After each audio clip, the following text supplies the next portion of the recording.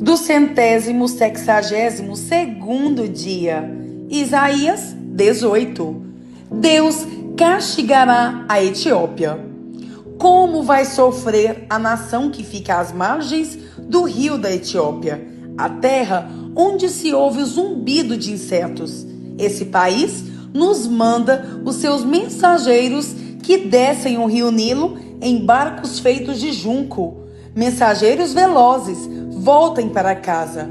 Voltem para o seu povo forte e poderoso, aquela gente alta e de pele lustrosa, um povo de quem o mundo inteiro tem medo e que vive numa região dividida por rios.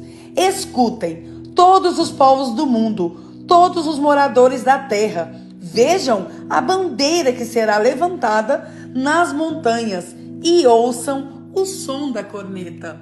Pois o Senhor Deus me disse: do meu lar no céu olharei calmo e tranquilo como o sol que brilha num dia de verão, como as gotas de orvalho que aparecem no tempo da colheita. Quando as flores da parreira já tiverem caído e as uvas estiverem amadurecendo, mas antes do tempo da colheita, Deus podará a parreira com o seu facão, cortará os galhos e os jogará fora. Os corpos dos soldados mortos serão abandonados. No verão, serão comidos pelos urubus, e no inverno, os animais selvagens os devorarão. Naquele dia, ofertas serão apresentadas ao Senhor Todo-Poderoso por um povo corajoso e forte, uma gente alta e de pele lustrosa, um povo de quem o mundo inteiro tem medo e que vive numa região dividida por rios. Eles apresentarão as suas ofertas no Monte Sião, no templo onde o Senhor Todo-Poderoso é adorado. Isaías 19. Deus castigará o Egito. Esta é a mensagem contra o Egito. O Senhor, montado numa nuvem, vai indo depressa para o Egito. Os ídolos daquele país tremerão diante dele, e todos os egípcios ficarão com medo. O Senhor Deus diz: vou atiçar os egípcios uns contra os outros. Irmão lutará contra irmão, vizinho contra vizinho, cidade contra cidade, província contra província. Os egípcios perderão a coragem, e eu farei com que os seus planos fracassem. Então eles consultarão os ídolos e os adivinhos, os médiuns e os feiticeiros. Mas eu entregarei os egípcios nas mãos de um rei mau, e ele os governará com crueldade. Eu, o Senhor, o Deus Todo-Poderoso, falei. As águas do Nilo vão baixar, o rio vai ficar completamente seco. As águas irão baixando, os canais do rio ficarão todos secos e vão cheirar mal. Nas margens, as taboas e os juncos murcharão. Todas as outras plantas também morrerão, e as plantações das beiras do rio secarão. Tudo o que foi plantado será levado pelo vento e desaparecerá. Os pescadores ficarão desanimados e chorarão. Os seus anzóis e as suas redes não prestarão para nada. Os que fazem tecidos de linho ficarão aflitos. Os tecelões e os artesãos cairão no desespero. As autoridades da cidade de Zoan não têm juízo. Os sábios conselheiros do rei lhe dão conselhos tolos. Como é que vocês se atrevem a dizer ao rei: somos descendentes dos antigos sábios, os nossos antepassados eram reis? Rei do Egito, onde estão agora os seus sábios? Que eles lhe digam o que é que o Senhor Todo-Poderoso está planejando fazer contra o Egito. As autoridades de Zoan perderam o juízo, e as da cidade de Mênfis estão enganadas. Os governadores das províncias estão fazendo o povo do Egito errar o caminho. O Senhor pôs neles um espírito de confusão, Os conselhos que eles dão só confundem ainda mais os egípcios, e estes parecem bêbados, escorregando no seu próprio vômito. Ninguém, seja rico ou pobre, importante ou humilde, pode fazer nada para ajudar o Egito. O Egito e a Assíria voltarão para Deus o Senhor. Naquele dia, os egípcios parecerão mulheres, ficarão todos tremendo de medo quando o Senhor Todo-Poderoso levantar a mão para castigá-los. Eles terão medo da terra de Judá, e todas as vezes que ouvirem falar dessa terra, eles ficarão apavorados, pensando naquilo que o Senhor Todo-Poderoso já planejou fazer contra eles. Naquele dia, haverá no Egito 5 cidades em que os moradores falarão hebraico e jurarão obedecer ao Senhor Todo-Poderoso. Uma dessas cidades será chamada de Cidade do Sol. Naquele dia, haverá no Egito um altar dedicado a Deus o Senhor, e na fronteira do país será levantada uma coluna em honra do Senhor. Eles serão construídos para serem sinais e testemunhas da presença do Senhor Todo-Poderoso na terra do Egito.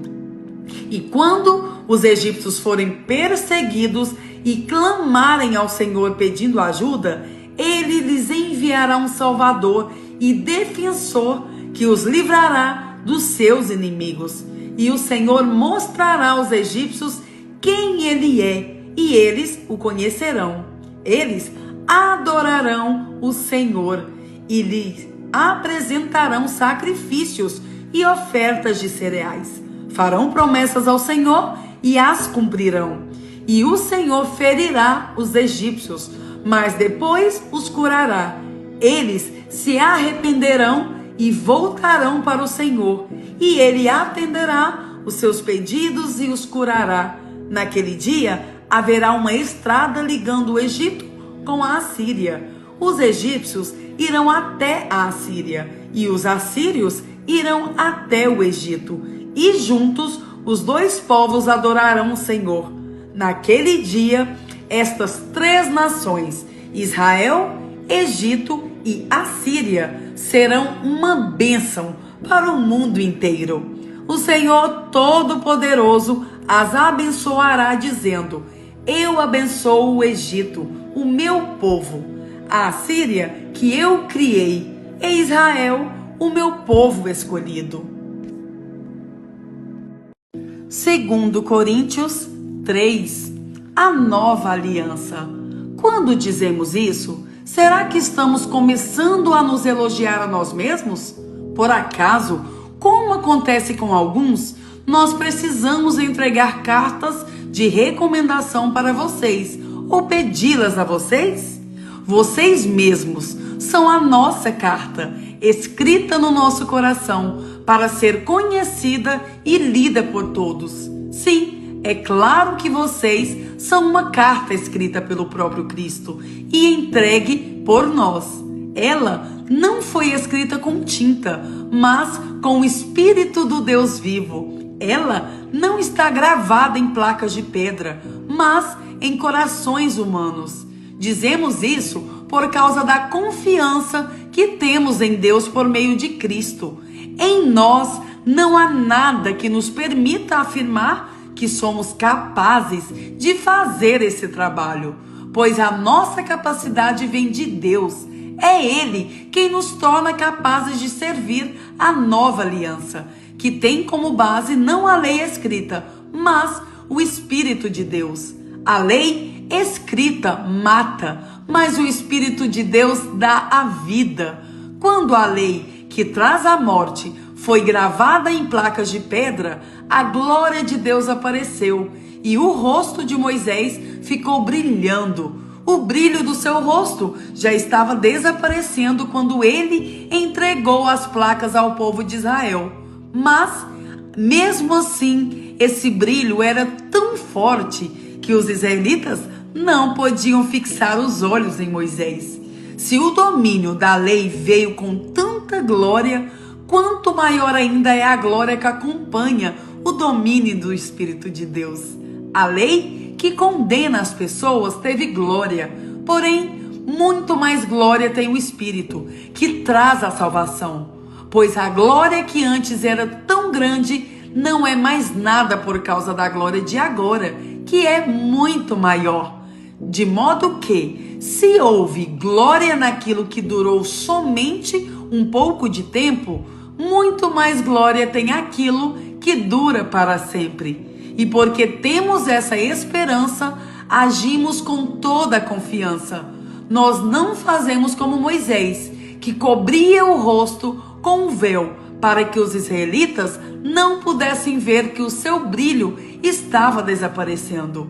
Mas eles não queriam compreender. E até hoje, quando eles leem os livros da Antiga Aliança, a mente deles está coberta com o mesmo véu. E esse véu só é tirado quando a pessoa se une com Cristo. Mesmo agora, quando eles leem a lei de Moisés, o véu ainda cobre a mente deles. Mas o véu pode ser tirado, como dizem as Escrituras Sagradas. O véu de Moisés foi tirado quando ele se voltou para o Senhor. Aqui, a palavra do Senhor quer dizer o Espírito. E onde o Espírito do Senhor está presente, aí existe liberdade. Portanto, todos nós, com o rosto descoberto, refletimos a glória que vem do Senhor. Essa glória vai ficando cada vez mais brilhante e vai nos tornando cada vez mais parecidos com o Senhor, que é o Espírito.